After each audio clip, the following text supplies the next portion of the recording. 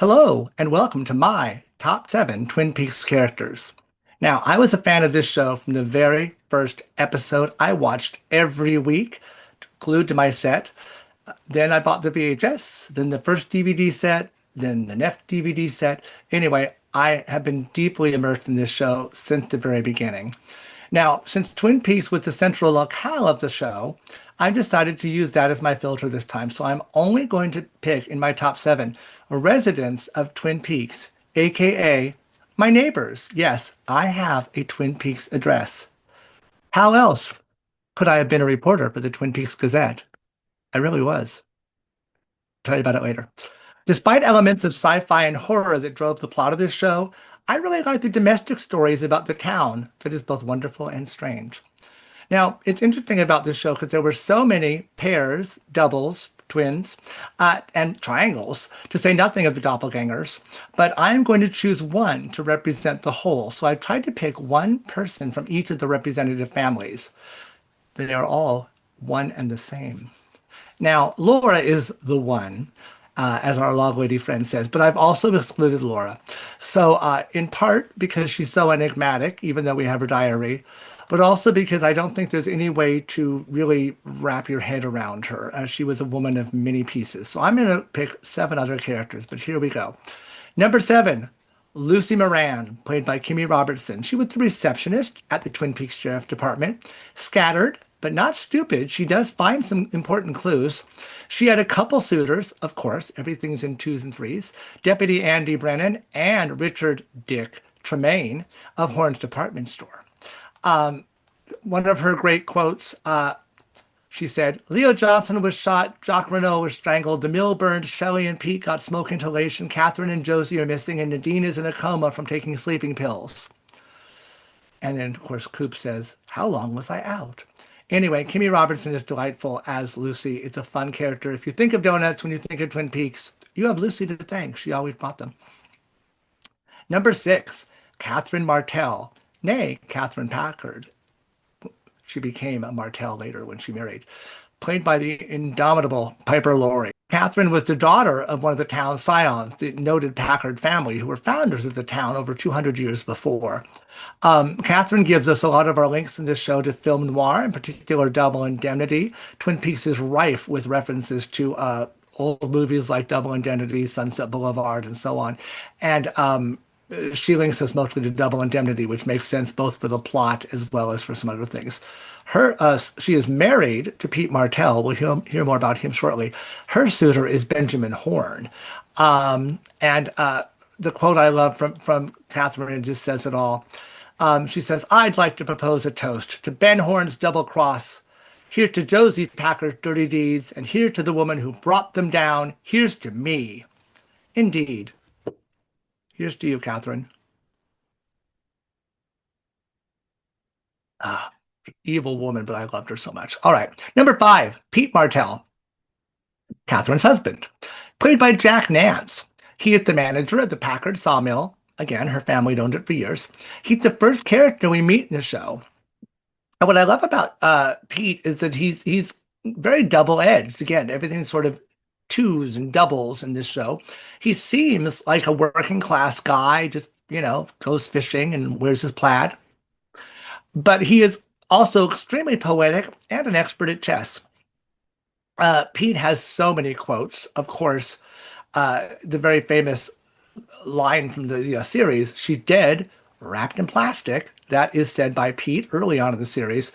But I get a big kick out of the line much later on when he says, the log lady stole my truck. I don't do impressions, but you get the idea. Jack Nance is no longer with us, unfortunately. He was a wonderful muse and friend of David Lynch's all the way back to Eraserhead, in which he appeared as the title character.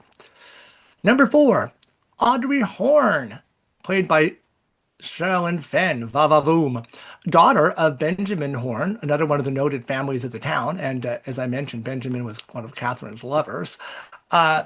Audrey was a friend of Laura's. She worked at Horn's Department Store. Now, in the series, she was positioned as a kind of a bad girl, but she was actually a really nice girl in a bad situation. Her family life wasn't great. There were, she had some problems, but Audrey is just lovely. Every time she comes on screen, she lights it up. Whether she's doing shenanigans with cherry stems or she is pining away for Agent Cooper, I just love Audrey. My favorite quote from Audrey. Now, again, one of the kind of memeable, quotable lines from the series is Audrey saying, "God, I love this music. Isn't it too dreamy?" But I like the line that's a little more character driven and more specific. At one point, she does ask somebody, "Did my father know that Laura worked here in a bordello?" Which it shows that she's not all just saddle shoes and beauty. When last we see her, unfortunately, she is in a coma. Spoiler. It was meant to be a season two cliffhanger that, unfortunately, we did not get another season for many, many more years, and I am not going to talk about that one. Anyway, number three, Nadine Hurley. Nadine Butler, played by Wendy Roby. She is the wife of Big Ed Hurley and part of that love triangle between Big Ed and Nadine and Norma Jennings. Nadine is best known for her eye patch and her obsession with silent drape runners. She is presented as a comical character, but I think she's actually really tragic as well. She's kind of a nut job, but when she's lucid, she actually at one point sacrifices herself for Big Ed and Norma, which is a very moving gesture. Her quote, out of context, I can't do it justice, and it doesn't mean much, but gosh, watch the series and hear her say, "Cotton balls."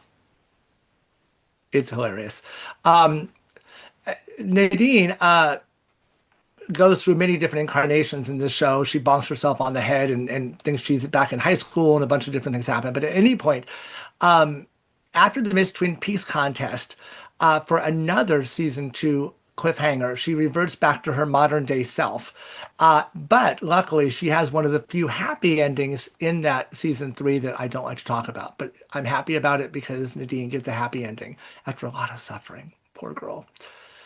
Number two, Major Garland Briggs, played by Don Davis. You might know him also from X-Files and other things. Anyway, Major Briggs was once a member of the Air Force and had a secret assignment at Listening Post Alpha. He was involved with UFOs and things like that. A lot of the mysteries of Twin Peaks, both real and spiritual, come out of Major Briggs. He's also the father of Bobby Briggs, Laura Palmer's one-time boyfriend. And although Major Briggs is methodical and very factual in his uniform and his uprightness, he also is extremely spiritual and is full of dreams and visions and distinguishes between the two. His scene at the Double R Diner, where he is talking to his son, is one of the best in the series. I'm not sure which of his two quotes I like best, so I'm going to tell you them both. One, he says, "Achievement is its own reward, pride obscures it." He also says elsewhere, "Fear and love open the doors." I salute you, Major. You were fantastic. Don Davis no longer with us as well, unfortunately. So, runner-ups before I get to number one. Well, it would not be me without mentioning Billy Zane in two episodes as John Justice Wheeler, an investor in the Ghostwood Estates and a suitor for Audrey. He comes and goes pretty quickly, but it's Billy, so you know. And I got to mention, although I excluded them because they are not native Twin Peaksers, but all the FBI fellas, Albert Rosenfield and Gordon Cole, Dale Cooper, of course, and even Evil Wyndham Earl, all those FBI members are just stellar characters, but are not included in my survey, except as kind of runners-up. So, which brings us to number one. Who else but the Log Lady? Margaret Lanterman, played by the incomparable Catherine Coulson. She was the heart and spirit of Twin Peaks, either despite or because of her non sequiturs. She was an absolutely kind of absurd character, but Coulson absolutely made you believe in her. Everything she said was solemn and grave, and you wanted to kind of laugh because it was kind of silly, but she it just invested in it so much you had to believe her. Coulson herself was a Shakespearean actress, among other things. She also had a long history with David Lynch, and at one time was married to Jack Nance of Eraserhead and Pete Martell fame. Anyway, if you get a chance, and I think they're streamable as well, but physical media is always better. When this series went off the air, a few years later, Bravo Network, before it was doing Housewives and things, ran Twin Peaks, and David Lynch himself went back and wrote and directed a bunch of introduction to those original episodes with the Log Lady. And you can see them on YouTube. You can see them on the bonus features on any of the physical media. Her Log Lady introductions are just amazing in themselves. I never I watch them every couple weeks. I'll watch a couple of them. So quotes, so many to pick from the Log Lady. One day my log will have something to say about this. Or one day the sadness will end. I can't do her justice. She's amazing. I mean, there's even things like, what really is creamed corn? And the kind of snappy, I do not introduce the log. Anyway, I could quote her all day. In a dream, are all the characters really you? Perhaps. Maybe all 7 of my picks are really me. But who are your favorites?